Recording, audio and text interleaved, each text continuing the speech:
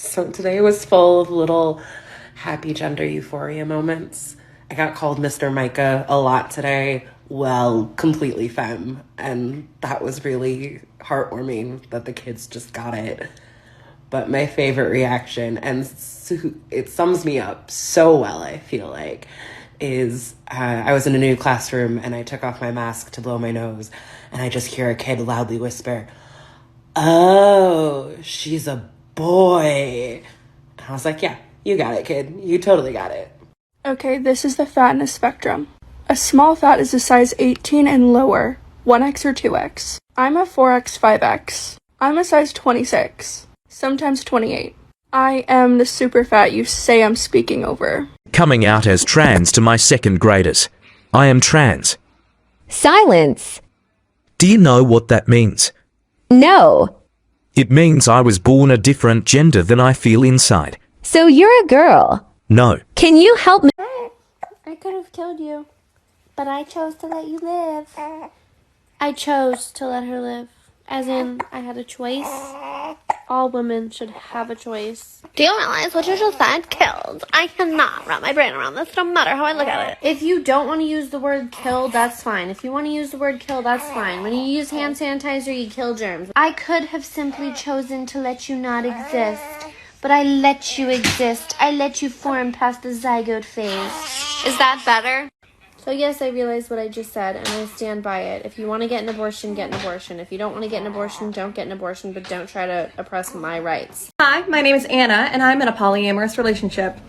Normally, when people think polyamory, they think two women and a man in a throuple type relationship together, but that's not what polyamory is.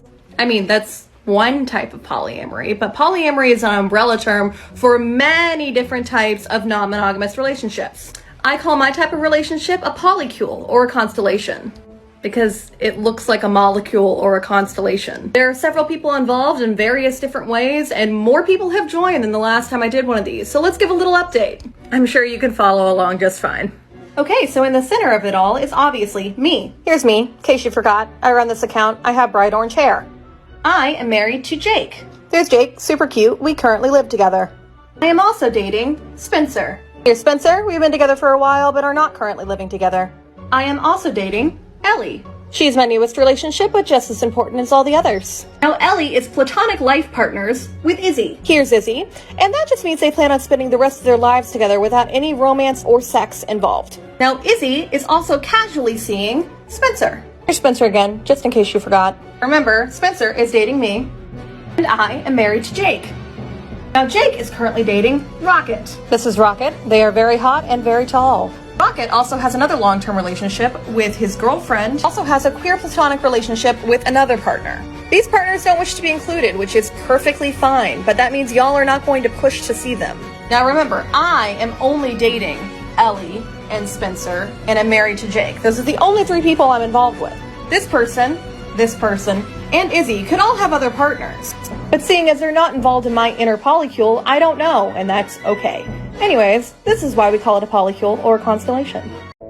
No matter what your gender identity is, you are okay exactly the way you are, and you are loved. It feels good to be yourself, doesn't it? The end. How did your girls like this book? Really good. Yeah. What are you? I am like JJ, so I'm not a boy or a girl. Okay, So I have a question. Do you know what you call, how do you refer to a girl? You say she, right? Yeah. You say she is funny. And when you're talking to a boy, what do you say? He.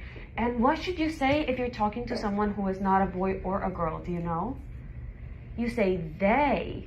So if you're saying she is funny for a girl, and you say he is funny for a boy, for somebody who's neither, you can say they are funny. Can you practice saying that? They are funny. So when you're talking about Coach Caroli, who is not a boy or a girl, what should you say? What are you? Exactly, I'm not a boy or a girl, so what should you say instead of he or she? They are funny. Good job! Or they are my coach. What are you?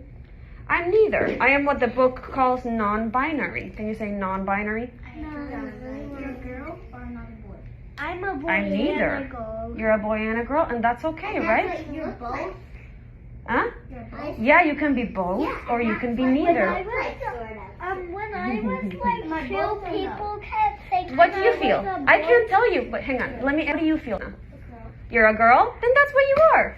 I feel like a girl also. Then you are a girl. What do you feel like? I'm a girl. A girl? Okay, and what were you saying you feel like? Boy and girl. A boy and girl. Yeah, so we can all feel different ways, and you know what? It is okay to change your mind sometimes. So, if you're talking about Coach Caroli, these are called pronouns. What pronouns should you use? She, he, or they? They. Good job. If you're talking, You to a girl and boy. what's that? What should you use for a girl and boy? Yeah. You can also use they or whatever feels right for them. Or maybe he or her, whichever you want them to call you. Yeah, whichever you want. So you can always say, hey, today I want to be a she. Today I want to be a he. Or today I want to be they. All right? Nice and easy, right? Is that hard? Is that confusing? No, it's so easy. And where is the garbage? Where is the garbage? All right, I will assume that you asked this question in a way that you really want to learn. So I will explain all the ways that it is okay. Let's say that you're attracted to women. Well, if you're attracted to women, then you're attracted to cis women, trans women without bottom surgery, and trans women with bottom surgery. If you're attracted to VJ, then you could be attracted to a cis woman, a trans man without bottom surgery, a trans woman with bottom surgery, or a non-binary person, which, depending on their assigned gender at birth, having or not having had the surgery. But it is that exclusion that makes it transphobic.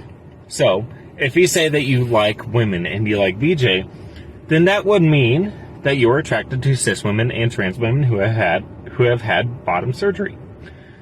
It is just that exclusion that makes it transphobic. You can have a genital preference, but to exclude trans people is transphobic. So, for those of you that don't know, my name is Lyric. Today, making a video that isn't like the other content that I typically make. Basically, I'm raising money to help fund my son's transition-related costs. I'm sharing this with his permission. Basically, we already have a diagnosis of gender dysphoria for him. We have gotten his blood work done, and we need to start him on puberty blockers as soon as possible. Now, I transitioned later, so I wasn't familiar with how puberty blockers worked. Basically, my insurance doesn't cover this, which is wonderful, right? The generic version of Lupron, that we have a 22.5 milligram dose that is going to cost out of pocket $468 per shot, and each shot lasts 3 months. So we need 4 of these a year. Close to $2,000. I have already exhausted most of my funds. I need help.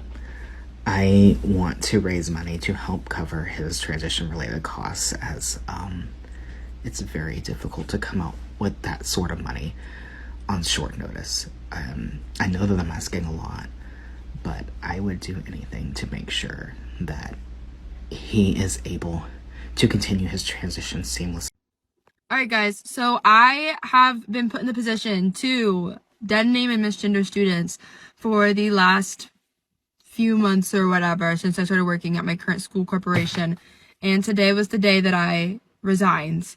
I was called in and they said they had a meeting with the superintendent or assistant superintendent and the school lawyer, and that while they are here, while the students are with us, we are acting in loco parento, which apparently means that we are acting in place of the parents, and so therefore we have to abide by parent wishes when it comes to preferred name and pronouns, which just isn't true. So because of this, I have resigned. I am queer, I am lesbian, I am non-binary, I use she, they pronouns, and I will not be put in a position to feel like I'm going against my own community and I will not feed into misgendering or dead naming. It's not something that I will do, period. And if I had not resigned, I would have gotten fired for it. Hi friends, my name is Reed and I use he, per pronouns. And so I thought I'd share a little bit about how per, pers pronouns work. So per is a neo-pronoun that comes from the word person, which is why I really like him. The objective form of per is per, the subjective is per, possessive adjective and the possessive pronoun is pers, and the reflective is per self. So my dog uses she, her pronouns, and she's not here right now. But if she was, this is how I would introduce Rosie to you if she uses per, pers pronouns. So I would say, hi everyone, meet Rosie. Per asked me to introduce Per to you since Per can't do it per self. Right now, Per is on my bed because Per thinks it's pers. Does that help? I hope it helps. So let me know if you want any other explanation and on per, pers pronouns, and I'll do my best. Thank you so much for this question. I really appreciate it. And yeah, and I use he, per pronouns interchangeably. So yeah. So you would say, hey, have you met Reed? He's really nice. I really like being friends with Per. As a district counselor, I want to speak to the agenda item that's addressing the duties and responsibilities of employees. In January, an article went public regarding a teacher training that instructed teachers and staff to not out students to their parents. Round Rock ISD responded to parent concerns by saying, and I quote, "Our district's practice is to include parents in their child's education. This slide is not a district-prepared training," end quotes. Well, it was not a district-prepared training, and we do strive to include parents in their child's education. We actually were advised to not tell parents about their child's preferred names and pronouns. If the child asked us not to, we were told we can encourage the student to tell their parent, but we were advised to only tell a parent if and when that parent specifically asked us, so that we weren't lying. We were also informed that if we believe a parent or guardian's unwillingness to use their child's preferred name and pronouns is causing harm to the child, as mandated reporters, we can contact CPS. As a parent, I would want to know that. So just today, I had a teacher unintentionally out a student to the parent by email. We're all doing our best to honor everyone, but the lack of clear guidance has made this a difficult situation for all. Back, when all of this was going down, I reached out to the legal team many times by email and through phone calls, leaving messages, and not once did I receive even a response that they had received anything. I was told they wouldn't respond to me.